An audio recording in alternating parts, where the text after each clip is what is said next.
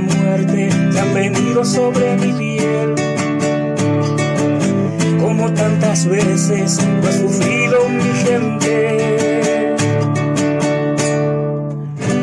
Winca no entiende mi tristeza y mi pesar. De esta tierra brotado, milenaria ancestral. Allí mis abuelos esperan que la tierra no sufra más. Allí mis abuelos esperan que la tierra no sufra más. Ahora sí escuchen explotar nuestra voz por los que han muerto en la reivindicación. Hoy caminamos junto a Chon y Lechen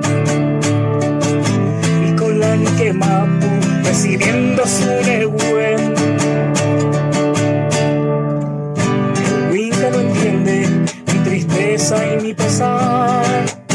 Esta tierra brotado, milenaria ancestral. Allí mis abuelos esperan que la tierra no sufra más. Allí mis abuelos esperan que la tierra no sufra más.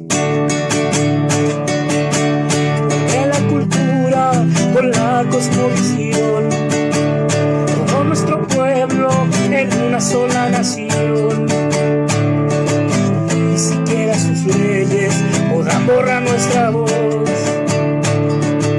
Gritaremos por siempre Mapuche, Marichihueo. El Winca no entiende mi tristeza y mi pesar. De esta tierra brotado, milenaria ancestral. Allí mis abuelos esperan que la tierra no sufra más. Allí mis abuelos esperan que la tierra no sufra más. Nunca más.